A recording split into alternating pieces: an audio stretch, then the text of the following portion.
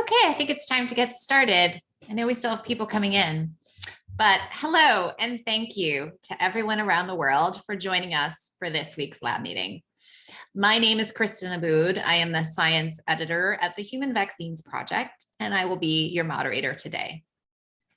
China is still in the midst of a major COVID-19 surge, the worst the country has experienced since the virus emerged in Wuhan in 2020.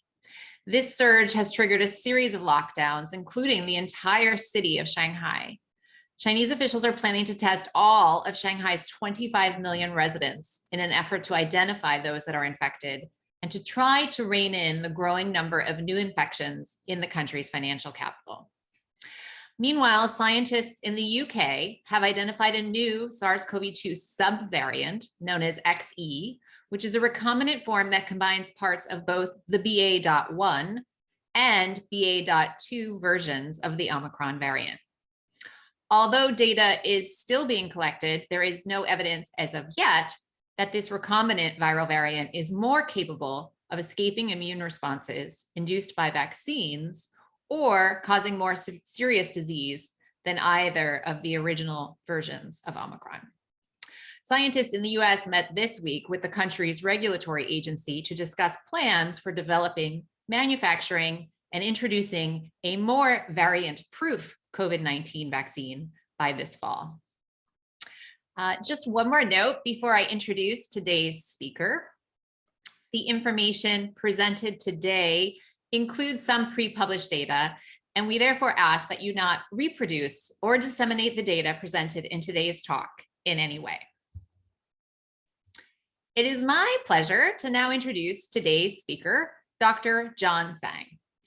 Dr. Tsang is a systems immunologist, computational biologist, and engineer. He leads a laboratory focusing on systems and quantitative immunology at the National Institute of Allergy and Infectious Diseases. In addition, he co-directs the US National Institute of Health's Center for Human Immunology and leads its research program in systems human immunology. Tsang has won several awards for his research, including NIAID Merit Awards for the development of a data reuse and crowdsourcing platform, and for leading a systems biology study of human immune variability and influenza vaccination, which was selected as a top NIAID research advance of 2014. Tsang has served as a scientific advisor on systems immunology and bioinformatics for several programs and organizations, including IMPORT, the Clinical and Molecular Data Repository for NIAID, the Committee on Precision Medicine for the World Allergy Organization, the NIAID Modeling Immunity for Biodefense Program, the Allen Institute, the Immunoepidemiology Program at the National Cancer Institute, and the Human Vaccines Project. He is a co-founder and co-organizer of the biennial Cold Spring Harbor Laboratory Meeting on Systems Immunology, and is also an academic editor at PLOS Biology and the chief editor of Systems Immunology at Frontiers in Immunology. During today's presentation, please send me your questions using the Q&A function in Zoom. Feel free to use the chat for general comments, but please don't post any questions there. I will ask our speaker a broad selection of your questions after the presentation, and we will have about 20 minutes for discussion. With that, it is my pleasure to now introduce Dr. John Tsang. Thank you so much, Kristen, for that kind introduction. And nice to be here, and it's a pleasure to tell you about our latest work. So I'm going to share my screen. Wonderful. And let's see. Can you see it? See the slide? Absolutely. Okay, looks good. That's great. Okay, yeah, like I said, it's a pleasure, and good morning or good afternoon or good evening, depending where you are. So the title of my talk today is using influenza vaccination and systems immunology to probe immune imprints associated with prior mild COVID-19. So first, I want to broadly acknowledge both the folks in my lab as well as the Center for Human Immunology. Most folks in my lab and the center contributed to the work I'm going to talk about today. And in particular, this work is led by Rachel Sparks, together with William Lau, and also with a lot of single cell contributions from Ken Liu in the lab, and together with a lot of colleagues across the NIH, from the FDA, from Surinder, Hannah Golding's lab, so as you know, COVID-19 has been with us for the past more than 2 years, and there's been hundreds of millions of recover cases. And if you look at the number of cases or the trend over time in terms of hospitalization, it's very easy to infer that the majority of the recover cases are non-hospitalized, and we call sort of mild, they kind of stay at home and they recover kind of situations. And there's been a lot of discussion and work going into trying to understand after COVID what happens to the human body. It's also called long COVID, and this is a very active area of research. And this is typically looking at folks at least 4 weeks out from the acute infection. And so far, clinically speaking, due to the multi-organ and multi-systems nature of COVID-19, a variety of post-COVID sequelae have been reported. For example, fatigue, brain fog, pain, and also loss of sense of taste and smell on the more milder side, and hair loss, for example. And there's also been study that's looking at specifically comparing mild non-hospitalized cases versus more severe hospitalized cases. And it's been found that, for example, in this particular study, that even in the home isolated young adults, some of them still have symptoms at 6 months, including loss of taste and or smell. That's the majority, fatigue, and so on. So one question that we and others have, broadly speaking, is how does mild COVID-19 really impact the immune system and immune functions? And there's been examples that prior infection or even vaccination may impact the status of the immune system, and therefore also future responses, especially even to non-homologous challenges. So meaning if you get infected by pathogen 1, it may impact your response to even a different pathogen with different types of different antigens. So one good example is measles. So it's been reported that the measles infection could wipe out a large chunk of your B cell and the B cell repertoire. So when a new challenge comes along, the B cell compartment would fail to mount a productive response because of the whole, in a way, of the repertoire being wiped out by the prior infection. In animal studies, for example, it's also been reported that infections, for example, multiple infections over time, can also shift the immune system in profound ways. This is one study I'm highlighting where sequential infection to common pathogens can actually shift a mouse that typically have you can call like a baby-like immune system into a more adult-like immune system, and therefore also its response to challenges. And there's also this well-known non-specific effect involving BCG vaccination. For example, Peter Abbey and Christine Ben and colleagues have reported multiple epidemiological studies showing that BCG vaccination early in life can reduce all-cause mortality. And Mihai Natia and colleagues have also done a lot of work looking at this phenomenon of trained immunity, where they look at, in particular, for example, looking at how BCG may impact the status of the immune system, in particular certain cells like monocytes and their progenitors, and how that may impact cell intrinsic states within these cells, and with potential impacts on future responses. For example, they have done work where they vaccinate individuals with BCG and then followed by yellow fever vaccination in humans. And it's been shown that the BCG vaccine can induce the yellow fever viral low within a certain time frame in these individuals. So given these data and our interest, so we thought it would be informative to use influenza vaccination to probe what happens after COVID, especially after mild non-hospitalized COVID. So right during the first year of the pandemic, this is for fall 2020. So the hero here is Rachel Sparks. She's an assistant clinical investigator at NIAID. So before the fall, she basically rapidly developed a clinical protocol to enroll individuals who had COVID and they recover, typically months later, and then she enrolled them and gave them the influenza vaccine. So none of these individuals had autoimmunity or current infection or recent vaccination, and of course, including the COVID-19 vaccine, because we didn't have a vaccine back then. All of these are non-obese. And there's also no history of infection between the time they had COVID and when they got the flu vaccine. This is self-reported, obviously. And as you know, back in 2020, virtually there's no influenza and other sort of prevalent common viruses circulating during that time because of COVID, and everybody was hunkering down and isolating. So this is the design of the study.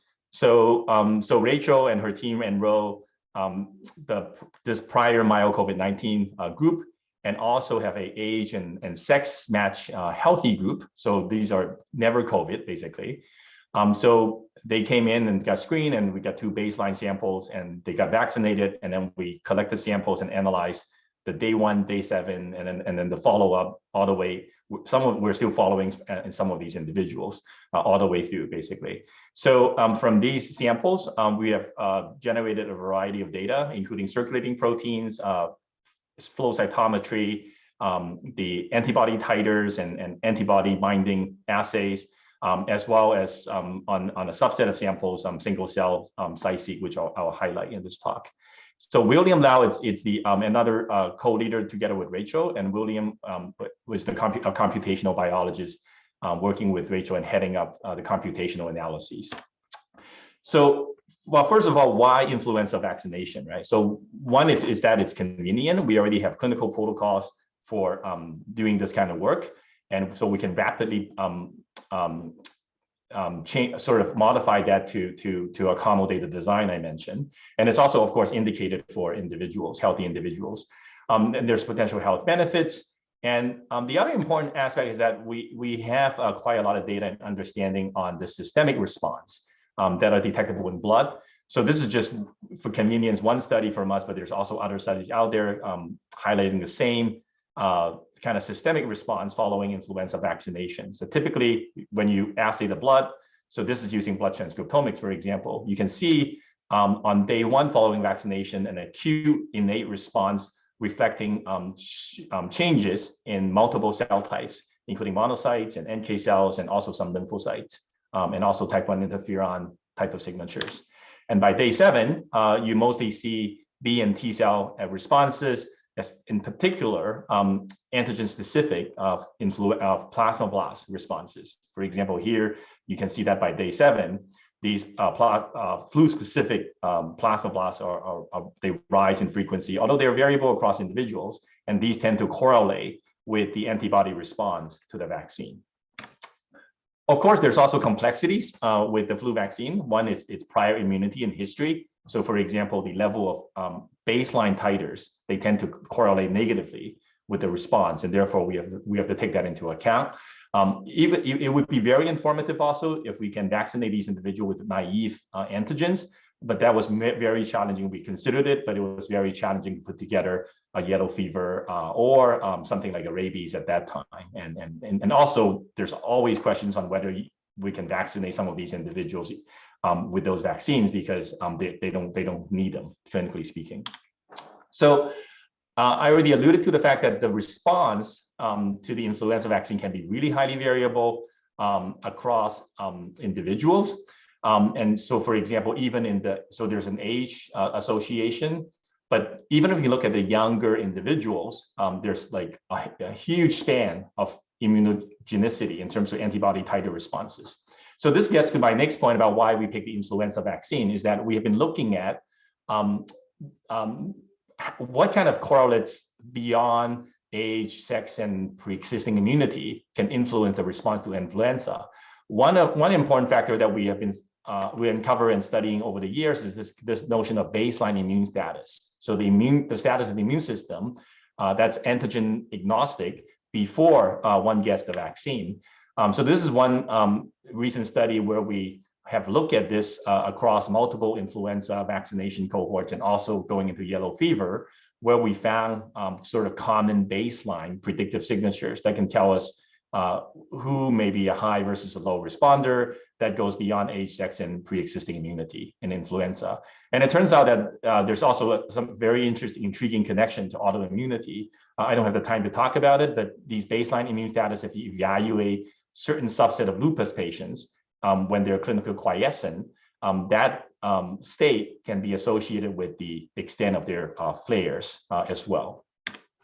So these baseline set points, we have dissected them in this particular case using single cell approaches. And based on that, it seemed quite clear that these are not just encoded by the intrinsic state of one single cell type. It typically involves a network of cells, for example, like PDCs being in a more poised, activated state, already making a little bit more type 1 interferons, and that can poise the other cells to be in this kind of elevated type 1 interferon state. And through some mechanism that we don't fully understand yet, the T and B cells are also in this more activated, kind of go into a cell cycle kind of state, but they don't really proliferate. So that's kind of gets these individuals into this kind of state, such that when you give it a trigger, like vaccination, they'll respond with higher, for example, antibody outputs. And these also tend to be temporally stable within individuals. So if you assay the same person or same group of people over time, you tend to find that their separations are being maintained. Now, so there's also other reports over the years by now about how this can be associated with different types of responses in different contexts. And it's very complex in the sense that the direction of the correlation and some of the signatures uncover, they can overlap, but at the same time, they can also change depending on the geographic location, the population, and the age, for example. So now the connection with the prior COVID-19 is whether can this prior COVID-19 establish new baseline states and these set points, and therefore they can potentially impact subsequent responses, right, to an heterologous immune challenge. In this case, the model challenge being influenza vaccination. So going back to the design, right, can we establish new set points? So the first thing we looked at was just the baseline, and asked if you look at these COVID-19 recover individuals, they're otherwise basically healthy. The only residual symptoms in our cohort is that some of them had a loss of smell and taste, but otherwise they don't have any other overt symptoms. So they're healthy. And then we compare these with the matching healthy controls, the never COVIDs, basically. So we also explicitly model potential sex-specific differences. That's because, one, we know that during acute COVID, the response can be sex-dependent. And we also know that influenza vaccine responses can depend on sex and gender. So first of all, we first look fairly hard for evidence that whether there are parameters that actually still were evolving, because we don't have multiple samples from these individuals between when they had COVID and before they got the flu vaccine. We could only do a cross-sectional analysis. But that's quite telling. So for example, if you look at the antibody titer against SARS-CoV-2, because they all had the infection, right?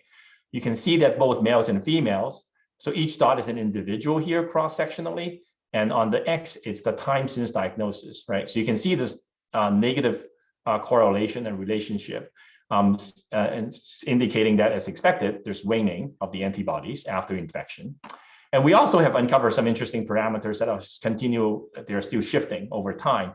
So the red blood cell width of the distribution width, it's one of these examples uncovered from the CBC.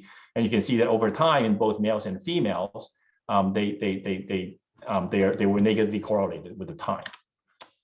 So then we use this strategy to define what we call stable parameters that are also sex dimorphic. So these are parameters that are absolutely not correlated with the time since diagnosis of COVID, and we can detect significant differences between the COVID recover individuals and the matching healthy. And in this case, as I mentioned, we look at one sex at a time.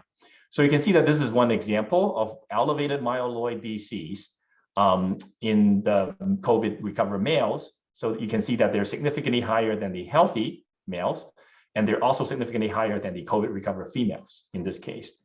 And when you do a broad scan using blood transcriptomics, So on the first column are the female, second column are the males. So these are all COVID recover female versus healthy female, right? And then COVID recover male versus healthy male.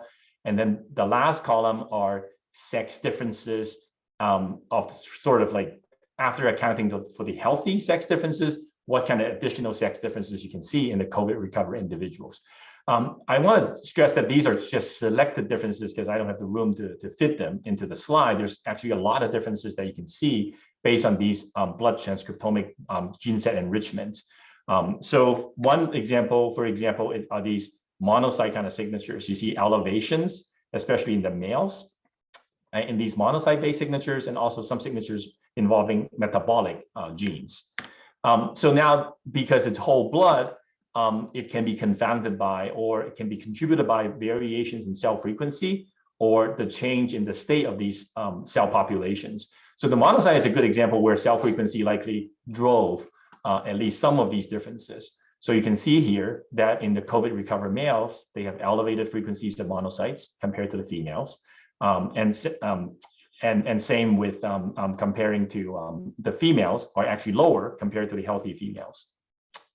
So with that, we had to dig further. So we conducted sort of multimodal single cell analysis using an approach called CySeq. So this approach basically measures surface proteins in typically more than 100 of these, and transcriptome and the VDJ sequences in the same single cells. So we basically take PBMCs, and we typically use multiplexing strategies, both using the SNP of the individuals, the genotype, and also these hashing barcodes to pool typically 40, 50 samples altogether. And then with that strategy, we can do sorting if we want to, enrich for specific populations before the single cell capture, and also then pool the data all together for analysis. So this is somewhat a busy plot, so I apologize in advance. So, but what we do here, it's basically we try to ask, are there any cell type specific transcriptomic differences in these comparisons in the COVID recover male versus healthy male, or COVID recover female versus healthy female. So these are each row here, they correspond to a pathway or gene set that reflects a biological process, and each column, it's a cell type or cell state. For example, you have various shapes of CD4s from naive to central memory to effector memory to Tregs, and you have various subsets of monocytes. So these are the higher level subsets that we focus on, such that we can, it's almost like doing virtual sorting. You can imagine that because we have this single cell data, we can go into these cell populations and ask, can we detect differences, right?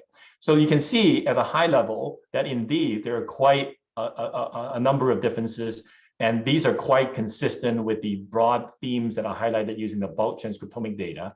And so one aspect that's quite intriguing, again, going back to the monocytes, is that there are a bunch of genes that seem to be consistently repressed in the recovered COVID individuals, and in both males and females, actually, in this case. And these involve a bunch of receptors, typically. So here's a heat map depiction, just averaging out the single cells. So the healthy are here, so each column is an individual, and then the COVID recoverers are here. And the the blue and the red, they depict the sex. So female, it's red, and blue is male. And you can see, we can quantify that as well, but you can also just see visually that there's a repression of expression in these genes. For example, TLR2, TLR4, and then also other receptors like NOD2, for example. And you can also see this in a UMAP. And I'm showing you this because I want to highlight the fact that this is fairly uniform. You may see patches of like darker, slightly darker and brighter, but some of those are just single cell variations within even this similarly annotated populations. So you can see that in the females, in the healthy individuals, they look like this. And then when you look at the average level of these genes in the COVID recover, they're darker, and the males also. And they're fairly, like I said, even across the monocytes. So these are all the monocytes plotted. So what about the functional response, right? So I just talked about the baseline differences, comparing the COVID recover individuals and the healthy, matching healthy never COVIDs. Now with the vaccine, of course, we can look at the antibody titer response. And again, we notice that in particular in the males. So these are the four strains in the influenza vaccine, 2As and 2Bs. And you can see that, so the darker line is the average of the fold change on day 28 versus day 0 following influenza vaccination. You can see that the trend is that the COVID recover individuals are all elevated. And when you summarize this into a average fold change across all of these fold changes after standardizing them so that they're on the same scale, you can basically see that in the females, the change in antibody titers are fairly similar between the COVID recover and the healthy. So that's good news. It doesn't seem like there's a depression of responses at least. But on the males, interestingly, it's actually going in the other direction. The COVID recover individuals have elevated, like the trend I'm showing you here, antibody responses compared to the healthy. And this is quite surprising. Typically, you see the opposite in healthy people, that the females, as you can see a little bit, like the slope of the females is actually a bit maybe higher than the males. So, and I also want to state that these are not because of differences, at least in pre-existing antibody titers. We didn't detect a difference at the baseline titers, as you can see here, between the COVID recover and the healthy individuals. And consistent with the antibody titer data, when you look at day 7 and look at the flu-specific plasmablasts, they are also higher in the COVID recover males. So when you look at the females, it's fairly comparable. But when you look at the males, the COVID recover, it's actually on the left here versus the healthy. You can see that there's a significant elevation in these flu-specific plasmablast frequencies on day 7. So now this is very consistent with the antibody titer data. As I mentioned, the frequency of these cells at day 7, they typically correlate with the antibody response by day 28 or even later in time. So why is it that these males have higher immunogenicity and higher antibody titer responses, right? So to address that, we wanted to look at the molecular and cellular responses to the vaccine by comparing their responses. So we look at the COVID recover individuals and the healthy controls. Sorry, the COVID is the orange, and then the healthies. So we look at how they respond to the vaccine over time, because we have this multiple time points in individuals. And then we ask, can we detect differences between their responses, right? So this is, again, a fairly busy plot, but it's basically showing you the differences that you can detect on day 1 if you compare COVID females versus healthy females on day 7, and same thing for the COVID recovery males versus healthy males, and then looking at the sex differences in the last set of columns, basically. But you don't have to look into each one of these individually, but I want to highlight one aspect, which is the day 1 innate response involving interferon responsive genes. And these are clearly elevated in the COVID recovered males compared to the healthy males. And in fact, if you look across all the PBMCs, so this is our single cell data, the first row, it's the day 0, the baseline. So the female healthy, female COVID recover, the male healthy, the male COVID recover. And then goes forward in time, going down, looking at the day 1. I'm sorry, I mislabeled this, no baseline here. It's day 1 following the response. You can see that there's a response. So by the way, the extent of yellow reflects the average level of those interferon responsive genes, basically. And so this is all the different cells you can detect in PBMCs, from myeloid to lymphoid cells, basically. So you can see that the healthies do respond, as you would expect, a little bit. But what's the most striking? We have to scale this a little bit so that it doesn't saturate too much on the males. But there's a response also here. You can, if you look carefully, the male COVID males are by far have the strongest signature across all of the different cell types, suggesting that this is not a cell type specific or intrinsic response behavior, but rather there's some extrinsic factor, that interferon, for example, inducing this. And that's what we saw. So when we assay the circulating proteins, we see that circulating interferon gamma, in this case, it's elevated in the COVID recovered males, right? And then we thought, well, what could be these cells that could be driving this elevated interferon gamma response? So one thing we noticed when we try to correlate the cell frequencies at baseline with the interferon gamma response on day one is that if you just, we detected a correlation between the COVID recover males only. This correlation is only, it only exists in males. But if you look at the other groups like COVID recover females or healthy, you don't detect such an obvious correlation between the baseline frequency of these CD8 effector memories and the day one response or change in the interferon gamma levels in circulation, right?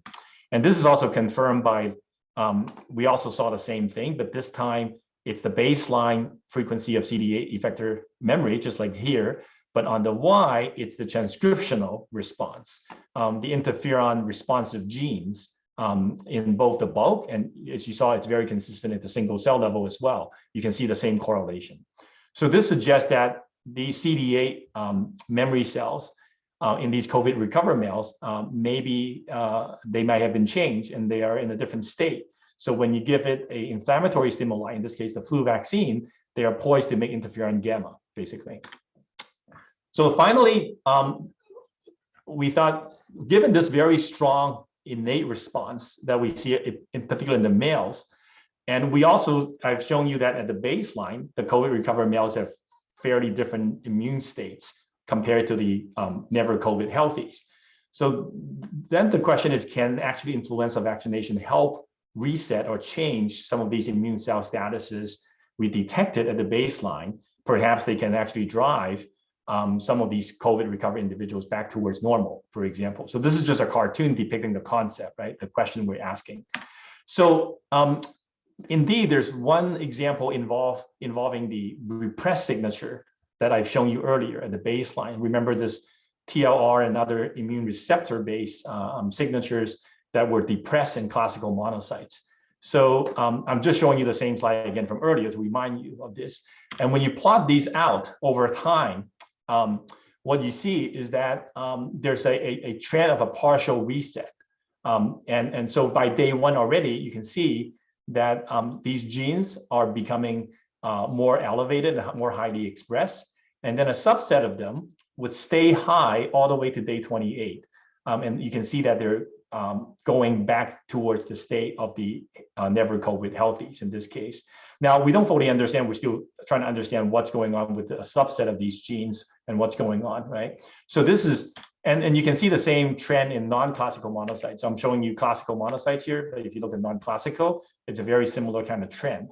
So we know that this is very unlikely to be a naturally evolving phenomenon. That's because by day one, you can see this acute response. So it's not like it's only going over the entire month that you start to go from here to here. But by day one, you already see this acute response in these COVID recovered patients.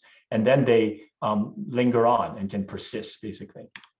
So this is the average trend. Maybe it's a bit easier to see across the genes I mentioned in classical monocytes.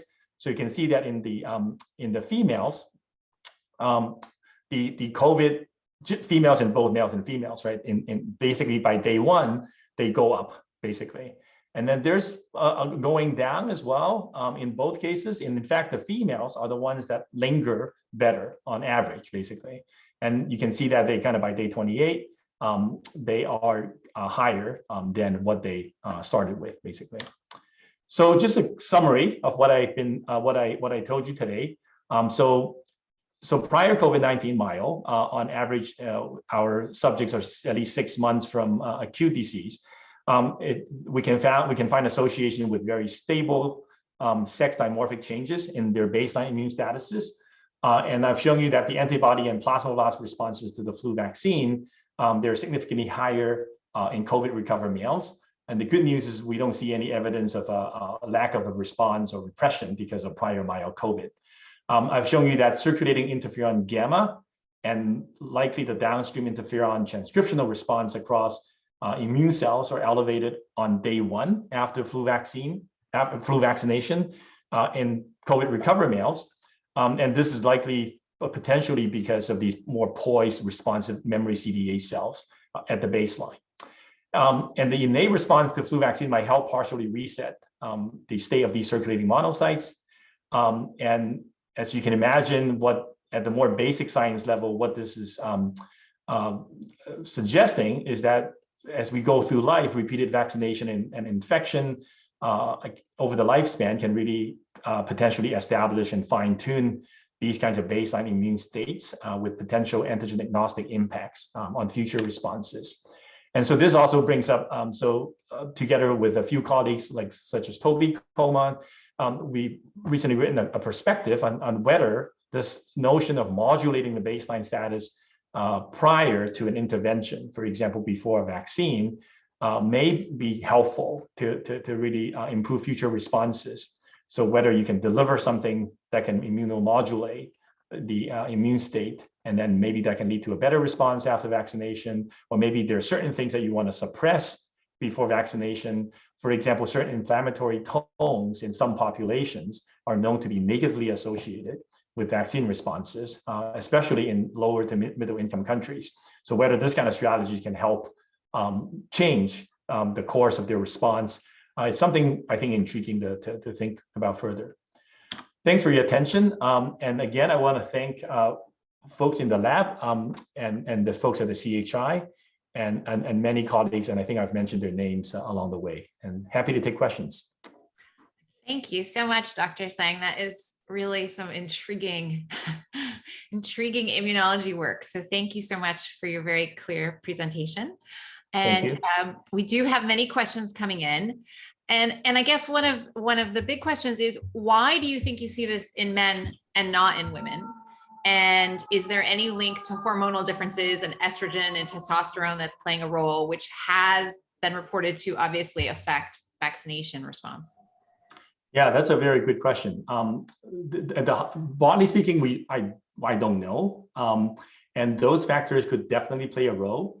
And one thing that I think it's likely a factor in this case, it's the extent of the how it's linked to the acute response, because we know the acute response is different also between males and females, and those are typically quite well studied. Meaning that they have been measured in hospitalized patients, for example, and typically males fare worse, and females may actually mount a more robust response. And now, how do some of these residual signatures that we see are linked to the acute response? I think it's a question that we're kind of still looking into. Unfortunately, we don't have the tracking of the same individual in this particular case. So we do have some of these data that we're looking at to try to tease that out a bit more. And one thing I want to say, I didn't have time to say it, it's that monocyte repressive signature. Actually, if you go back to acute COVID and hospitalized patients, you can actually see the same thing. So those are already repressed like within a week in acute patients. So our hypothesis is that they basically got set into that state at that point and they never recover, right? Even in these really mild cases, basically. And I also want to highlight that those are actually totally different and non-overlapping with some of these low HLA-DR, low antigen presentation, or myeloid suppressor cell-like phenotypes that's been quite widely reported in the acute COVID literature. So these genes are not overlapping with those also. So it's kind of intriguing how this has not really quite been looked at carefully, but when you look at the post and now you go back, you can see it quite clearly. Yeah. And has there been any studies looking at how that links to the long COVID symptoms? And whether that's a great question. So we don't have a lot of symptoms in these individuals, as we mentioned. I mentioned. So we don't have a lot of endpoints and outcomes to link some of these things to. But I think it would be great if we can selectively take some of these differences and now go through these larger cohorts and really measure them in a specific way, and then ask, do they associate? Yeah. Right. Yeah. And also the long COVID, of course, it's a very complex phenomena with lots of different manifestations. So I suspect some of these may actually indeed be linked to some of those phenotypes, but unlikely to explain all for sure. Yeah. Okay. We have a question on whether you noticed an increased expression of complement component encoding genes in the COVID-19 cases as compared to the controls, and if so, how that may have had an effect. Yeah, that's a good question. So we haven't noticed a strong signal on that. We do know that during acute COVID, that's we do see strong signals from those complement-related genes and pathways.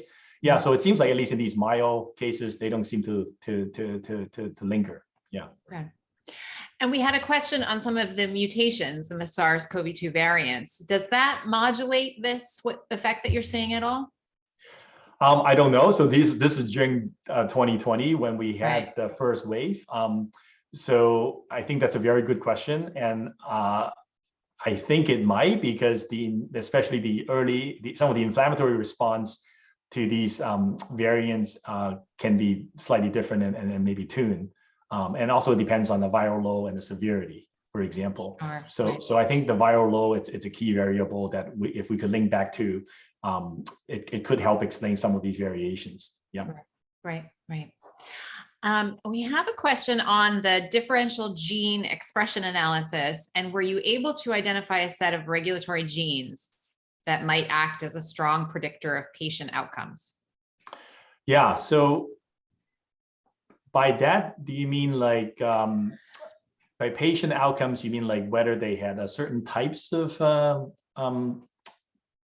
imprint, or what? Yeah, what is the outcome? I believe so. I believe the vaccination.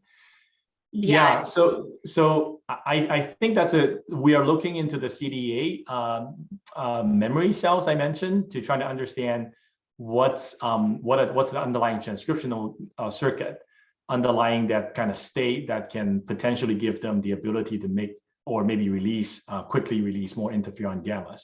So that's still in the works. So I hope we can figure that out a bit more and report back. So that will be linked to the vaccination outcomes in that particular case. Yeah. Okay. And also I mentioned the myeloid DCs being higher, for example, in the males in particular. I think that also can explain at the baseline, like some of those differences, because it seems like these individuals already got an upregulation of potential antigen presentation capacity in these cells.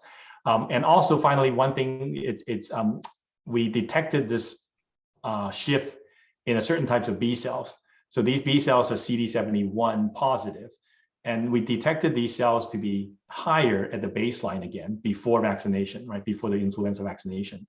Now, these cells are intriguing in the sense that it's been shown by for example, Allergy and colleagues to be acutely upregulated after vaccination, and then can linger on longer after natural infection, for example.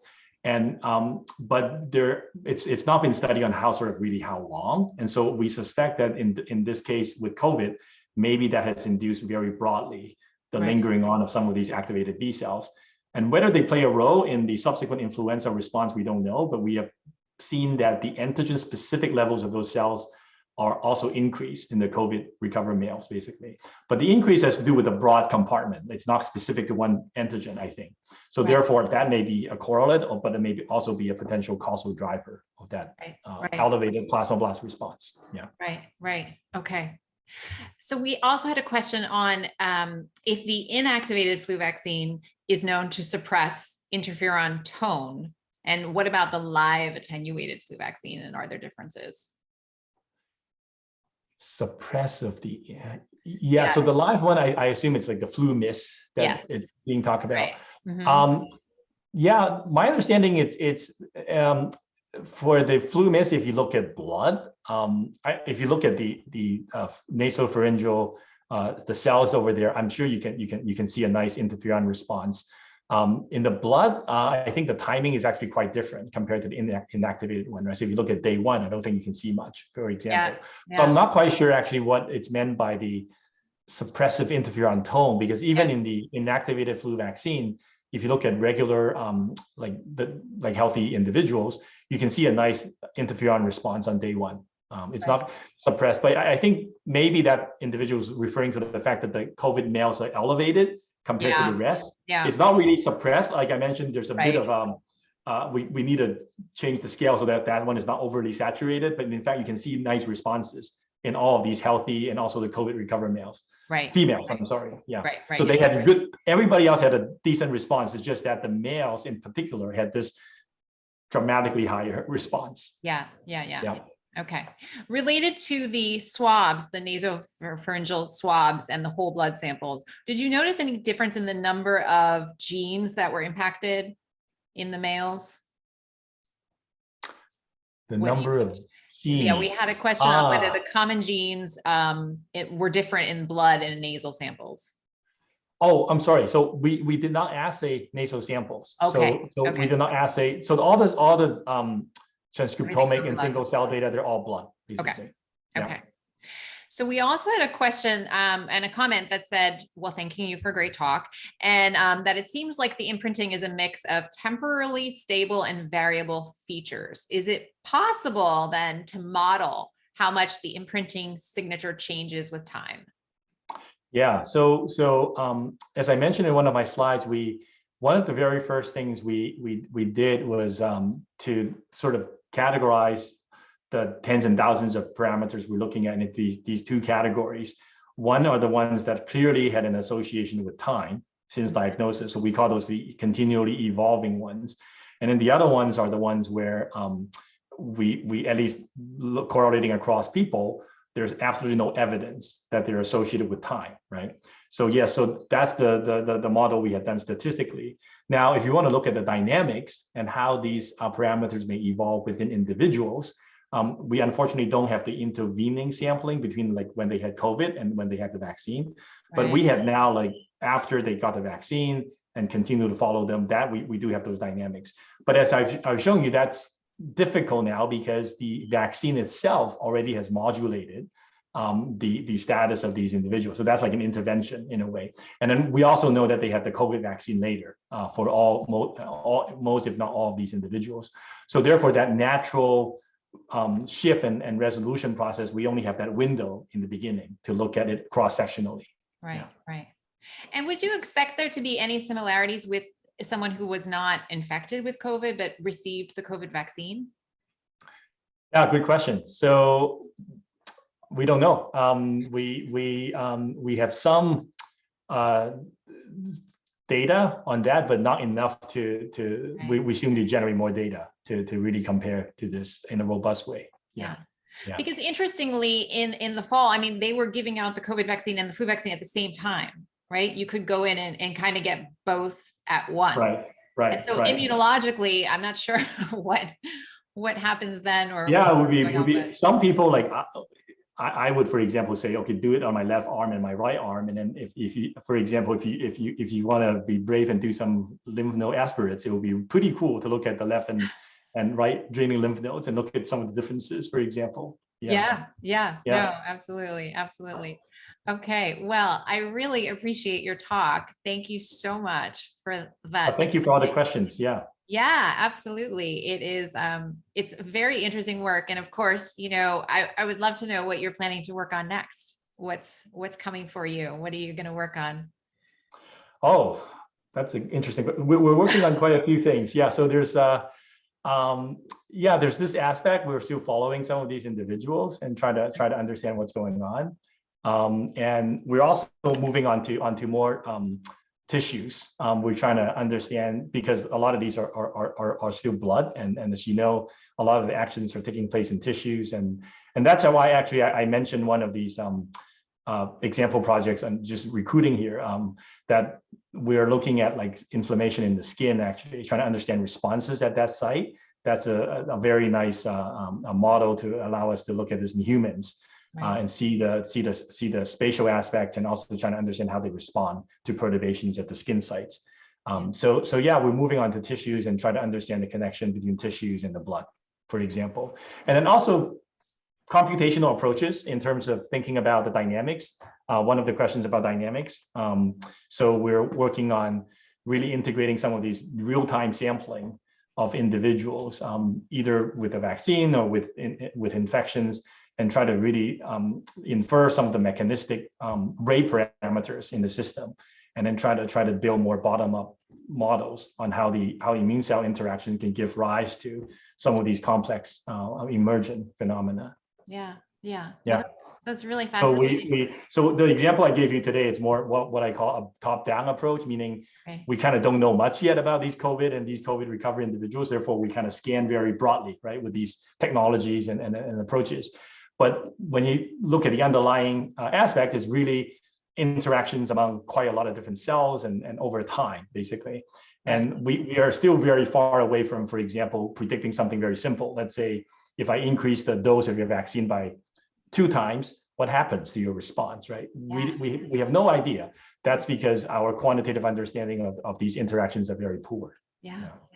Yeah, no, that's fascinating. And obviously very relevant for understanding how to induce the best immunity. So thank you so much, Dr. Tsang, for your presentation today. And really, we appreciate your taking the time to answer all the questions from our audience.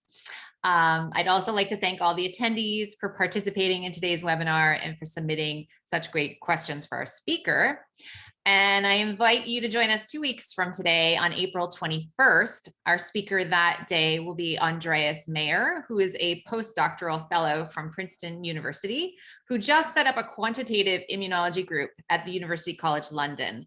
And he will present on towards quantitative models of adaptive immune system dynamics.